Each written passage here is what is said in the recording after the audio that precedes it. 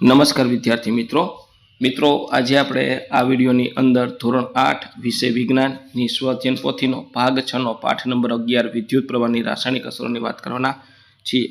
તો અહીંયા મિત્રો આ રીતનું સ્વઅધ્યયન પોથીના ભાગ 6 ના વિષય વિજ્ઞાનના પાઠનું સંપૂર્ણ સોલ્યુશન છે। મિત્રો આવા સરસ મજાના સોલ્યુશન મેળવવા માટે આપણી ચેનલ મેથ્સ બાય પંકજ કાપડિયાને સબસ્ક્રાઇબ કરો અને આ વિડીયો તમારા મિત્રો સાથે શેર કરો। તો મિત્રો શરૂ કરીએ ધોરણ 8 વિષય વિજ્ઞાનની સ્વઅધ્યયન પોથીનો भाग 6 नो पाठ नंबर 11 विद्युत प्रवाहनी रासायणिक असरो। प्रश्न 1 नीचे आपेला प्रश्नों माटे साचो जवाब पसंद करी तेने क्रम में लखो। पहलू एलईडी ना लांबा छेड़ाने बेटरीना क्या ध्रुव साथे जोड़वामां आवे छे? तो ए धन ध्रुव। त्यार पछी बीजू नीचेनामांथी कयुं विद्युतनुं सुवाहक नथी? तो डी निस्यंदित पाणी। त्रीजू नीचेनामांथी कयुं प्रवाही विद्युतनुं मंदवाहक नथी? तो सी क्षारवाळुं पाणी। चौथुं लोखंड ने काट अने घसाराथी बचाववा माटे तेना पर कई धातुनुं आवरण चढ़ाववामां आवे छे? तो ए झींक। त्यार पछी प्रश्न 2 नीचे आपेला विधानोमांथी साचा विधान सामे खरानी अने खोटा विधान सामे चोकड़ीनी निशानी करो। पेलुं हवा विद्युतनी सुवाहक छे, खोटुं। बीजुं क्रोमियम धातु पर काट लागतो नथी, साचुं। त्रीजुं टी ने लोखंड करता वधु क्रियाशील धातु है, खोटू। चौथुं पाणीमांथी विद्युत प्रवाह पसार करता धन ध्रुव पर ऑक्सीजन वायु और ऋण ध्रुव पर हाइड्रोजन वायु जमा थाय छे, साचुं। त्यार पछी प्रश्न 3 सादा विद्युत परिपथनो उपयोग करी कोष्टक में आवेल पदार्थनी चकासणी करी कोष्टक पूर्ण करो। क्रम पदार्थनुं नाम बल्ब प्रकाशित थाय छे के नहीं, हाँ के ना? विद्युतना सुवाहक के मंदवाहक? सरको तो बल्ब प्रकाशित थाय, हाँ। विद्युतना सुवाहक दिवेला तो बल्ब प्रकाशित नहीं थतो, ना। तो मंदवाहक। त्रीजू घी बल्ब प्रकाशित थतो नथी, ना। मंदवाहक। आरओनु पाणी बल्ब प्रकाशित थतो नथी, ना। मंदवाहक। पांचमू गुंदर बल्ब प्रकाशित थतो नथी, ना। एटले मंदवाहक। नळनु पाणी हाँ सुवाहक। मध ना मंदवाहक। લીંબુના ફૂલનું પાણી સુવાહક। दूध सुवाहक। અને નિસ્યંદિત પાણી તો કે બલ્બ પ્રકાશિત થતો નથી અને મંદવાહક। आ रीतना 1 થી 10 थशे। त्यार पछी प्रश्न 4 टूंकमां जवाब आपो। आमां पहेलुं इलेक्ट्रोप्लेटिंग एटले शुं? विद्युत प्रवाहनी मददथी एक धातुनी सपाटी पर बीजी धातुनी पातળી पड़ चढ़ावવાની प्रक्रियाने इलेक्ट्रोप्लेटिंग कहे छे।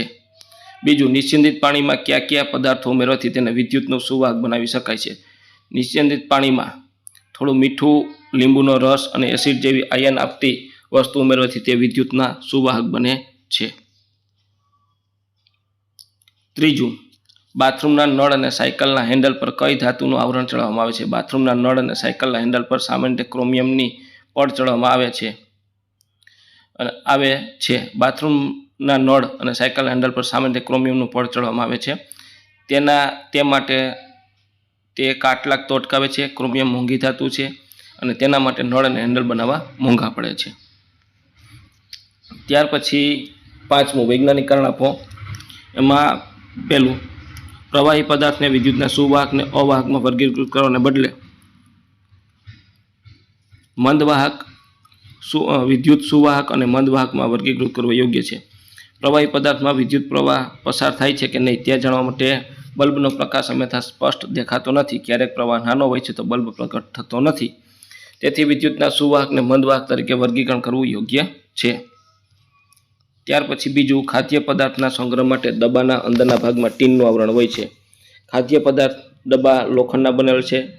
લોખંડ એ હવા અને ભેજ સાથે જંગ પકડે છે। જંગ લાગવાથી ખોરાક બગડી જાય છે। આથી અંદરની બાજુ ટીનનું આવરણ લગાડવામાં આવે છે। ત્યાર પછી ત્રીજું ભીના હાથે વિદ્યુતના સાધનો અડકવું હિતાવહ નથી। ભીના હાથમાં પાણી હોય છે, તેમાં લવણ એટલે કે ભેજને કારણે અશુદ્ધિ હોવાથી તે विद्युतनो सुवाहक बने छे। एवा समय शरीरमांथी विद्युत प्रवाह पसार थई शके छे, तेना कारणे करंट लागवानो गंभीर खतरो रहे छे। आथी भीना हाथे विद्युत साधनोने अटकवुं जोईए नहीं। चौथुं हवा विद्युतनी मंदवाहक होवा छतां आकाशमां वीजળી थाय त्यारे हवामांथी विद्युत पसार थाय छे। सामान्य परिस्थितिमां हवा विद्युतनी मंदवाहक छे, परंतु वीजળી पड़ती वखते ऊंचा विद्युत दबाणथी हवा ऋण आयनो उत्पन्न करे छे, तेथी ते सुवाहक बनी जाय छे। तेथी विद्युत प्रवाह पसार थाय छे। त्यार पछी निस्यंदित पाणीमांथी विद्युत प्रवाह पसार थतो नथी। જ્યારે નળના પાણીમાંથી વિદ્યુત પ્રવાહ પસાર થાય છે. ડિસ્ટિલ વોટર નિષેધિત પાણીમાં આયન નથી, તેથી વિદ્યુત પ્રવાહ પસાર કરતું નથી. નળના પાણીમાં ક્ષાર અને ખનિજો હોય છે જે આયન આપે છે, તેથી તેમાં વિદ્યુત પ્રવાહ પસાર થાય છે. ત્યાર પછી પ્રશ્ન 6, પાણીના વિદ્યુત વિભાજનની પ્રક્રિયા વર્ણવો. વિદ્યુત વિભાજન પસાર કરીને પાણીનું વિદ્યુત વિઘટન થાય છે અને તેમાંથી હાઇડ્રોજન અને ઓક્સિજન વાયુ મળે છે, તે દર્શાવવું. સાધન: બેટરી, સ્વિચ, તાર, કાર્બન, ઇલેક્ટ્રોડ, પાણી ભરેલું વાસણ, થોડું એસિડ અથવા મીઠું અને 2 કાચની પરીક્ષણ નળીઓ. આ રીતની આકૃતિ આવશે.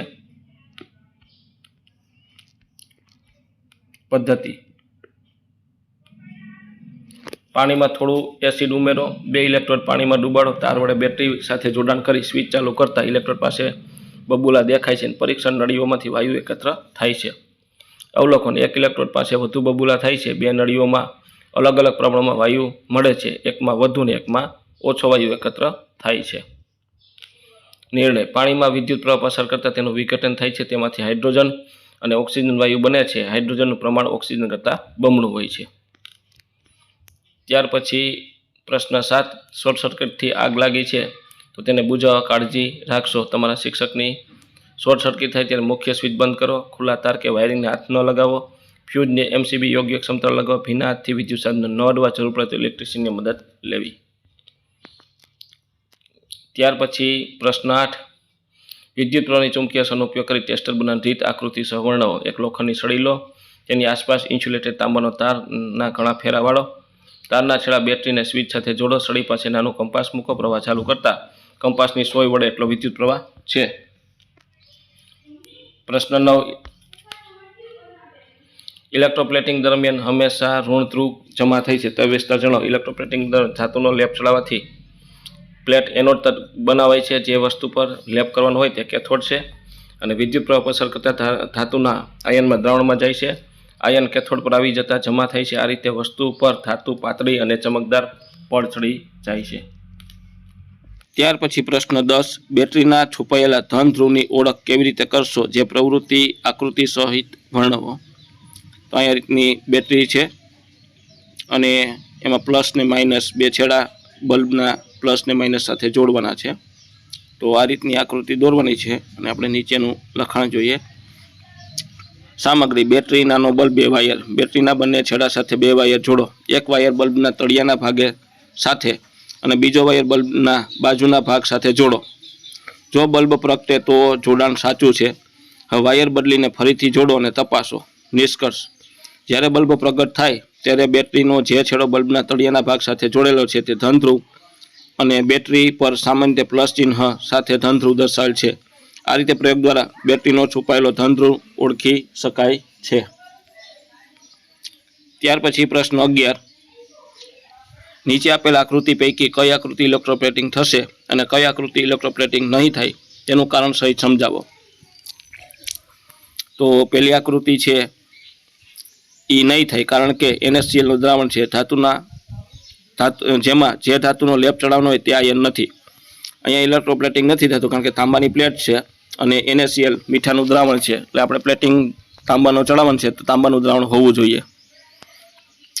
ત્યાર પછી બી થશે કારણ કે તાંબાની પ્લેટ છે, કાર્બનનો સળિયો છે, કોપર સલ્ફેટનું દ્રાવણ છે, જેનું આપણે પ્લેટિંગ ચડાવવું છે એ દ્રાવણ છે.